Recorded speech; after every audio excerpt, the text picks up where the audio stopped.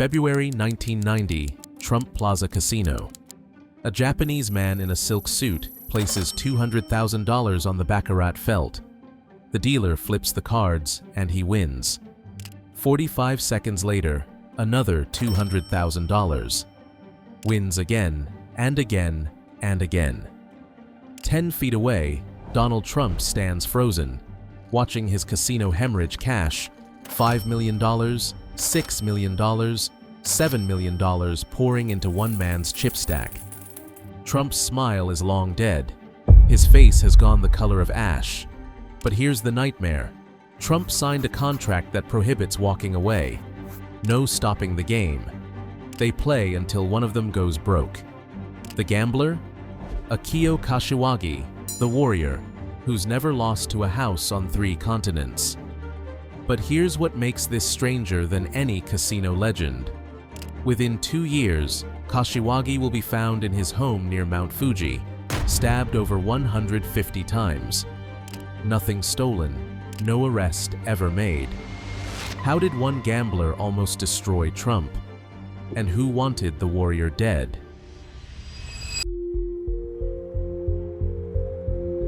Late 1989. Donald Trump's empire is bleeding. His 3 Atlantic City casinos, Trump Plaza, Trump Castle, and the nearly finished Taj Mahal, carry a combined debt load exceeding $1 billion. Interest payments alone consume $40 million monthly. Bankers are circling and creditors are calling. Trump needs a financial miracle, and he needs it before the Taj Mahal opens in April 1990. Then, a rumor reaches Atlantic City from halfway around the world. A Japanese high roller just won $19 million in a single weekend at the Diamond Beach Casino in Darwin, Australia. The pit bosses there nicknamed him the Warrior for his supernatural stamina. He once played Baccarat for 80 hours straight without sleep, pausing only to use the restroom. His real name is Akio Kashiwagi. He owns a real estate empire in Tokyo worth an estimated $1 billion, and he gambles with the kind of money that can reshape a casino's entire quarterly earnings in a single night. Trump dispatches his casino executives to Tokyo with a simple mission: bring the warrior to Atlantic City. They offer everything: a private 727 jet, a 12,000 square foot penthouse suite overlooking the ocean, Dom Perignon on arrival, and an $800,000 jade Buddha statue placed in his room for luck. Kashiwagi listens politely. Then he names his price. He wants a freeze-out. The terms are elegant and terrifying. Kashiwagi deposits $12 million with the casino. Trump Plaza matches it in credit. They play Baccarat until one of 2 outcomes. Either Kashiwagi doubles his stake to $24 million, or he loses everything. No betting limits, no time limits, and no early exits for either side. In gambling, this is the nuclear option, a mathematical duel to the death. Trump's gaming advisors beg him to refuse. A freeze-out eliminates the casino's greatest advantage, the ability to stop the bleeding. If Kashiwagi runs hot for 72 hours, Trump Plaza could face a loss larger than its entire monthly revenue. But Trump is desperate, and desperation makes men reckless. He signs the contract. Kashiwagi arrives in Atlantic City on February 8, 1990. He is slight, soft-spoken, 53 years old, and wearing a custom Italian suit that costs more than most cars. Trump greets him personally in the lobby, cameras flashing, both men smiling like old friends reuniting. But behind the handshakes, each is calculating. Trump sees a mark, a wealthy foreigner about to donate millions to his struggling casino. Kashiwagi sees something else entirely, a desperate man who just agreed to the worst bet of his life. What Trump doesn't know is that Kashiwagi has been planning this moment for months. And what Kashiwagi doesn't know is that Trump has already hired a secret weapon, a mathematician who will change everything. The first cards hit the felt at 9:47 p.m. Kashiwagi places his opening bet, $150,000 on banker. The dealer draws 9/7 and Kashiwagi wins. He doesn't smile, doesn't react, doesn't even shift in his chair. He simply slides another stack of chips forward and waits for the next hand. By midnight, he's up $2 million. By 3 a.m., the number climbs to 4 million. Baccarat is deceptively simple. Two hands are dealt, player and banker. Closest to 9 wins. The house edge is razor thin, roughly 1.06% on banker bets. In theory, this tiny margin should grind down any gambler over time. But theory assumes thousands of hands and unlimited hours. Kashiwagi doesn't play like other gamblers. He plays like a machine, one hand every 45 seconds, no breaks, no hesitation, and no emotion. At this pace, the statistical long run becomes a foot race, and right now, he's winning. Trump watches from a roped-off area near the pit. His smile has disappeared. His jaw is tight. Every chip that slides toward Kashiwagi represents real money. Money Trump desperately needs to service his crushing debt load. At 4 million down, Trump Plaza has already lost more in one night than most casinos lose in a month. The dealers rotate every 40 minutes to stay sharp. Kashiwagi doesn't rotate and doesn't eat. He accepts only black coffee and an occasional glass of water. When a pit boss suggests he take a break around 6 a.m., Kashiwagi shakes his head almost imperceptibly and keeps betting. 12 hours in, he shows no sign of fatigue. His hands are steady. His decisions are instant. He is, in every measurable way, inhuman. By dawn on February 9th, Kashiwagi's winnings reach $6 million. He is halfway to the $24 million finish line. Half of Trump's $12 million exposure is already gone, and the freeze-out contract means the casino cannot stop the game. In a back office, Trump's executives run the numbers over and over, looking for a mistake. But there is no mistake. The money is simply gone. And Kashiwagi has a problem he doesn't see coming. Trump has made a phone call to a man named Jess Markham, and Markham has a plan that involves neither luck nor cards. What happens when a billionaire gambler faces an opponent who doesn't play by the rules of chance? And what kind of weapon can stop a winning streak that defies every statistical model? Day 3. The Trump Plaza Baccarat pit has transformed into something between a surgical theater and a war room.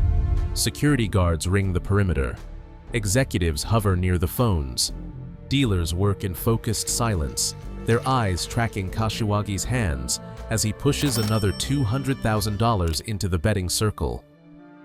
His winnings now stand at $9.3 million. In 48 hours, one man has extracted more money from Trump Plaza than most high rollers lose in a lifetime. The casino's chip vault has been opened twice, something that has never happened for a single player in Atlantic City history. Trump's accountants calculate that at the current rate, Kashiwagi will reach the $24 million threshold in less than 18 hours. Trump convenes an emergency meeting in his private office overlooking the casino floor. The mood is grim. His chief financial officer presents two scenarios. Either Kashiwagi's luck breaks naturally, or Trump Plaza faces a loss large enough to trigger covenant violations on its bank loans. One advisor suggests finding a legal pretext to void the freeze-out contract. Trump dismisses him with a wave. Word would spread through the high roller network within hours. No whale would ever trust a Trump casino again. Then, Jess Markham speaks. Markham is 67 years old, a former physicist who helped develop radar systems during World War II before turning his mathematical mind to gambling. He pioneered card-counting techniques in blackjack and consulted for casinos on both sides of the table. Trump hired him weeks earlier to analyze Kashiwagi's playing patterns. Now Markham delivers his assessment. The math, he explains, still favors the house.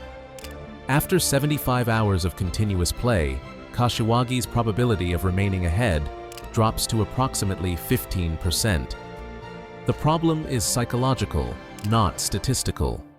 Kashiwagi's stamina is legendary, but his confidence feeds on momentum. Disrupt the rhythm, introduce chaos, and his decision-making will deteriorate. The goal isn't to cheat. The goal is to slow the game down, break his concentration, and let the house edge do its work over more hands. Trump authorizes the plan.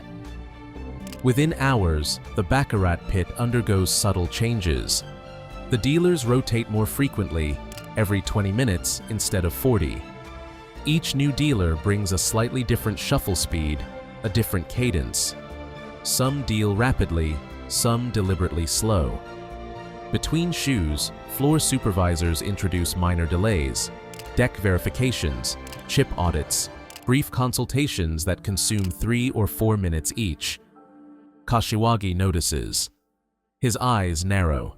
He drums his fingers on the felt during a particularly long shuffle. For the first time in 3 days, he shows irritation. And then his luck breaks. A string of 5 losses in 12 hands erases $800,000. Kashiwagi responds by doubling his bet size to $400,000 per hand, a classic gambler's mistake, chasing losses with larger stakes. The variance swings against him. By midnight on day 4, his lead has shrunk to 6 million. By dawn, 4 million. The tide has turned, but the warrior refuses to leave the table. He is still up, still in the fight, still dangerous. Trump watches the reversal from across the pit, his confidence slowly returning. But Kashiwagi has one advantage left. The freeze-out rules mean Trump cannot force him to stop. As long as the warrior has chips, he has the right to keep playing. And wounded gamblers are unpredictable. How far will Kashiwagi fall before he considers surrender? And what will Trump do if the warrior somehow claws his way back to the $24 million line? Day 5. Akio Kashiwagi has been playing Baccarat for approximately 90 hours, with only brief naps in his chair. His lead has vanished entirely. For the first time since February 8th, he is behind, down roughly $2 million from his original $12 million stake. Jess Markham's strategy is working exactly as predicted. The frequent dealer rotations, the random delays, the shifting pace, all of it has fragmented Kashiwagi's concentration. He no longer bets with the mechanical precision that defined his first 3 days. His decisions come a beat slower. His bet sizing fluctuates erratically, sometimes conservative, sometimes wildly aggressive. The iron stamina that earned him the nickname Warrior is finally cracking. Trump sees blood. He moves closer to the table, positioning himself where Kashiwagi can see him. It's a deliberate provocation, a reminder of who owns this casino, who controls this game. Kashiwagi ignores him, but his jaw tightens. The cards continue to fall. 3 million down, 4 million, 5. Each loss compounds the next, as Kashiwagi increases his bets in desperate attempts to reverse the momentum.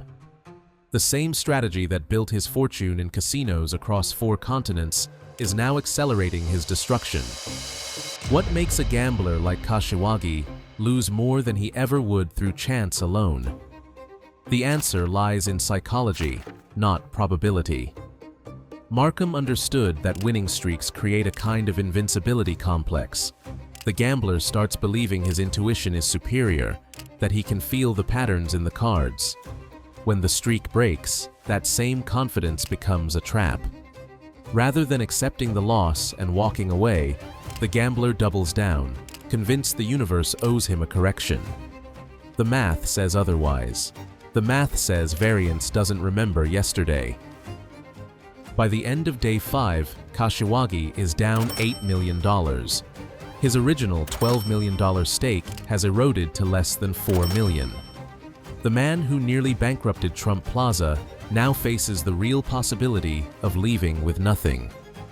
But here's where the story takes an unexpected turn. Kashiwagi doesn't have unlimited funds in Atlantic City. His remaining chips represent his entire liquid position in the United States. If he loses them, he cannot buy back in. The freeze-out will end not because either party reached 0 or 24 million, but because the warriors simply ran out of ammunition. And this creates a problem that will haunt both men long after the last card is dealt. What happens when a freeze-out contract doesn't reach its specified conclusion? And why would a resolved debt become more dangerous than an unpaid one? February 14th, 1990, Valentine's Day. It's day 6, and Akio Kashiwagi pushes his remaining chips into the betting circle. The stack represents approximately $400,000, less than what he was betting per hand 3 days earlier. The dealer draws the cards. Banker shows 9. The player shows 7. Banker wins. Kashiwagi stares at the empty felt where his chips used to be. Then he stands up slowly, adjusts his jacket, and turns toward the exit. Trump steps forward, hand extended, grin wide. This is his victory moment, the photo opportunity, the handshake, the public triumph over the world's most dangerous gambler. Kashiwagi looks at Trump's hand for a long moment. Then he walks past without a word. The final accounting reveals a peculiar outcome. Kashiwagi lost approximately $10 million over 6 days, but the freeze-out contract specified play to either 0 or 24 million. Neither threshold was met. Kashiwagi claims the casino violated the agreement by stopping when he ran out of American funds rather than allowing him to wire additional money from Tokyo. Trump's lawyers argue Kashiwagi simply couldn't cover his position. The dispute drags on for weeks. In the end, Kashiwagi pays only $6 million of his $10 million loss and returns to Japan, still owing Trump Plaza $4 million. No casino has ever let a whale walk away with that kind of outstanding debt. But Kashiwagi isn't any whale. He has friends in powerful places, connections that make aggressive collection inadvisable. Trump declares victory anyway. He tells reporters he broke the world's biggest gambler.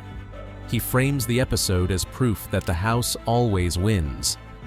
What he doesn't mention is the razor-thin margin, how close he came to catastrophe, how his casino nearly collapsed under one man's winning streak before a mathematician's psychological warfare turned the tide. The high roller community draws different conclusions. Word spreads that Trump Plaza manipulated the game, that the freeze-out rules weren't honored, that Kashiwagi was cheated out of a fair fight. Other whales, the Saudi princes, the Hong Kong shipping magnates, the European industrialists, quietly removed Trump properties from their gambling itineraries. The victory that Trump trumpets costs him something harder to measure: reputation.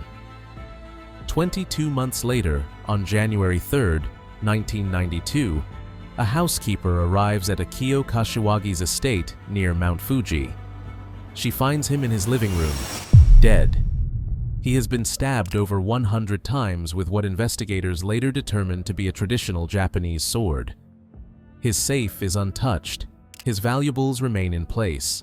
Nothing of monetary value has been taken. The Japanese police investigation goes nowhere. No arrests are ever made. But the circumstances point toward a targeted killing, a message, perhaps, or a debt collection of a different kind. By 1992, Japan's economic bubble had burst. Real estate values collapsed. Kashiwagi's billion-dollar empire evaporated.